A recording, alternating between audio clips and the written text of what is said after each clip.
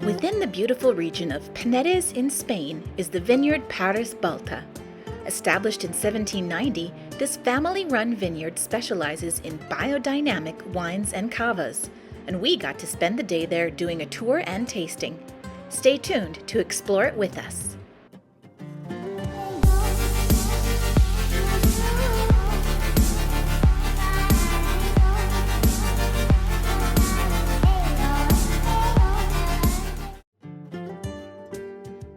Parés Baltà is about an hour drive from the city of Barcelona, taking you through the scenic countryside and past many, many fields of vineyards. In fact, there are around 125 wineries just in the Penedes region, and over 2,000 in the entire country of Spain. We are here today in the Penedes region of Spain. We're visiting a winery called Parés Baltà. Probably massacring that, but we're gonna go for a wine and cava tasting and eat at a beautiful restaurant.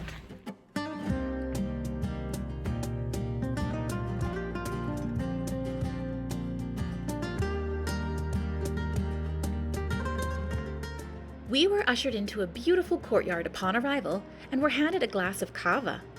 We sipped the delicious bubbly drink as we were taught all about the history of the winery.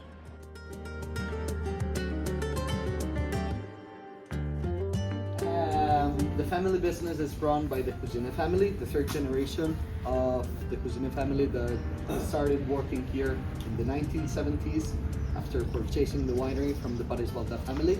Nowadays we have two brothers in charge of it, Joan and Josep, which are directing the winemaking here, let's say, or... Then our guide led us into one of the vineyard fields to share with us some of their biodynamic farming secrets. So, well, now we are in the closest vines that we have to the winery. Here we said that we work in organic and biodynamic farming, so you get an idea of what it is. We learned of a few neat methods of chemical-free pest protection that Parés Baltà uses. One example is that the vineyard plants rose bushes amongst the grapes, as one problem pest in particular actually prefers the roses, and so will dwell on and eat the roses instead of the grapevines.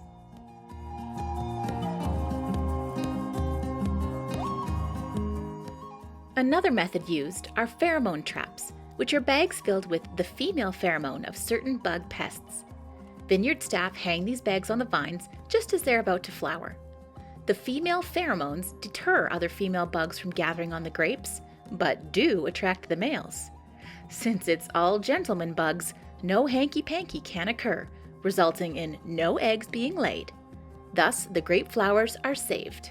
So clever. Parés Baltà owns 250 hectares of vineyard and have vines young and old, as grapevines can live from between 35 to 130 years, depending on treatment and weather.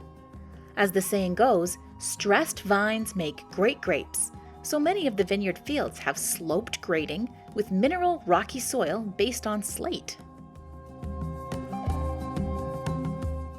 Then it was time to tour the cellars.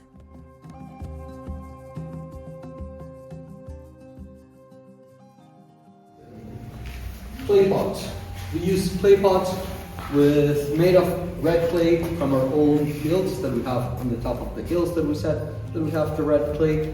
This is the same way of aging as the barrels. Since it's a porous material, they both make an oxidative aging. They let oxygen go inside of the wine, so slowly oxidizes it. Obviously, this is way more porous than the oak, so this aging is going to be shorter and with more oxidation. Okay? And this one does only give a taste of mineral. Our guide taught us all about the differences, usages, and flavor outcomes associated with wooden casks, clay pots, and glass carboys when it came to wine production. He was so knowledgeable, and it was really fascinating. Just start pushing all the grapes down to mix them with the rest of the wine.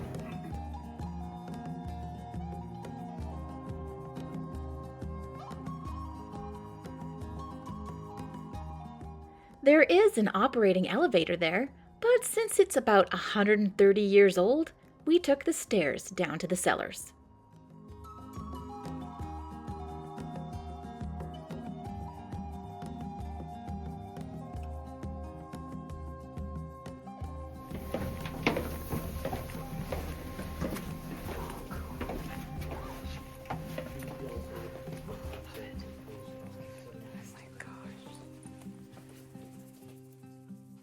I need everyone to know how incredibly cool these cellars were.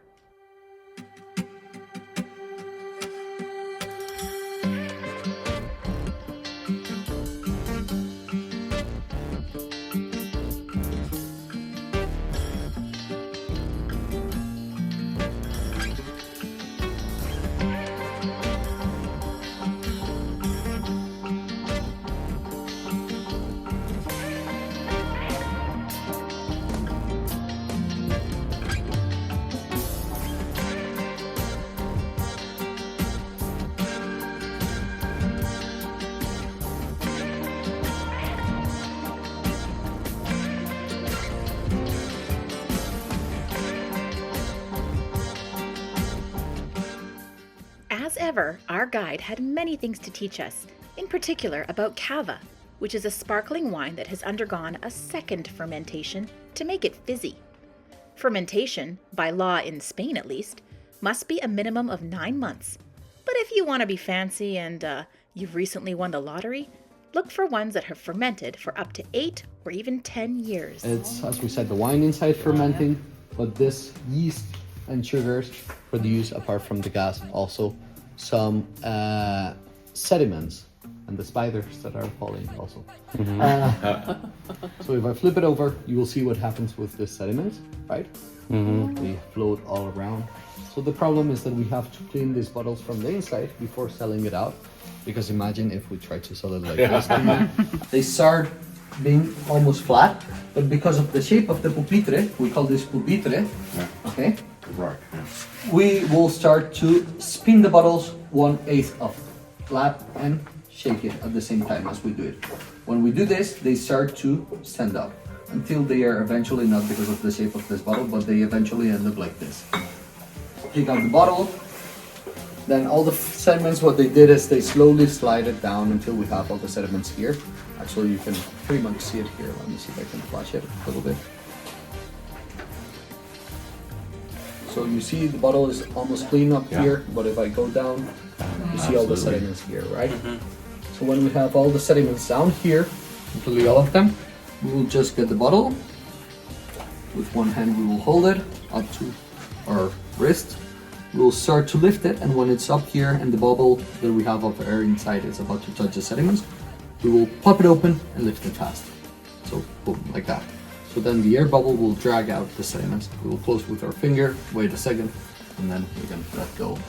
And the bottle is already clean from inside. A more modern method of removing sediment is to tip the bottle, freeze the end of it into an ice block, and pop the lid so the frozen bolt of sediment simply shoots out. Still sounds messy and stressful to me. Cellar was so cool, and there was a lot of wine down there. Back up we went, this time to do a little wine tasting.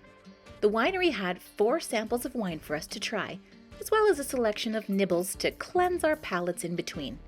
I won't go into too much detail, but I will say we purchased a bottle of the red and the Syrah for later in our trip. I also learned another tidbit about cava that I'd like to share with you now. The better the cava, the smaller the bubbles. A good cava will also create a circular crown of bubbles when it fizzes in your glass. Kind of some fun things to look for.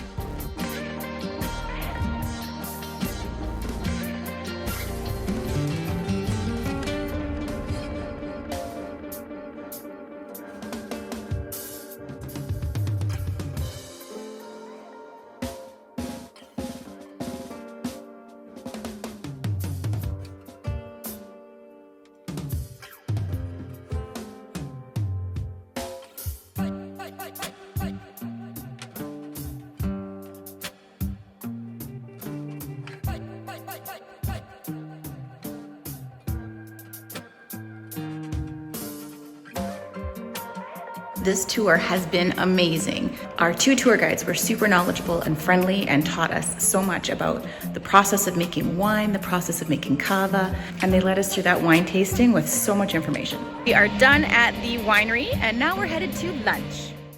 As if the day couldn't get any better, off we went to a new and equally beautiful location for a lavish lunch. We were taken to Mirador de las Cavas, a hilltop restaurant in the town of Subirats, nestled 1 hilltop over from the famed Montserrat Monastery. The views from Mirador de las Cavas are incredible all around.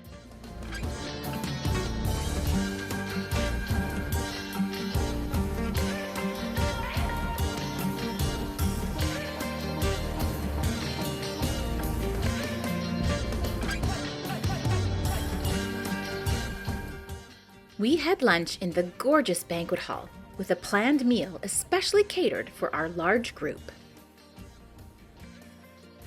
They loaded us up with carbs like chips and buns, a thing I strongly suspect is common due to the amount of wine tours in the Penedes region. Our first course was a cannelloni stuffed with peril sausage and drizzled with roast sauce. Then came a codfish with honey aioli and caramelized apples. For dessert, we had cheesecake and coffee. It was all so tasty.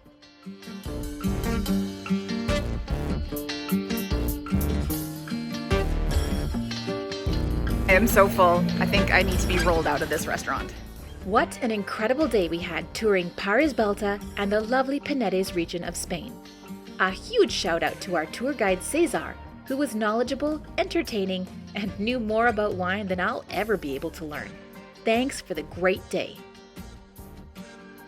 If you enjoyed this wine tour and learning little tidbits about cava and wine production, please let me know by clicking the thumbs up button, leaving a comment, and sharing it with your friends. Have you ever tried cava? Or will you now? To anyone who is new here, please consider subscribing and joining my YouTube community. I'd love to get to know you. And to my returning subscribers, welcome back. Thank you for all of your continued support. Happy travels, everyone.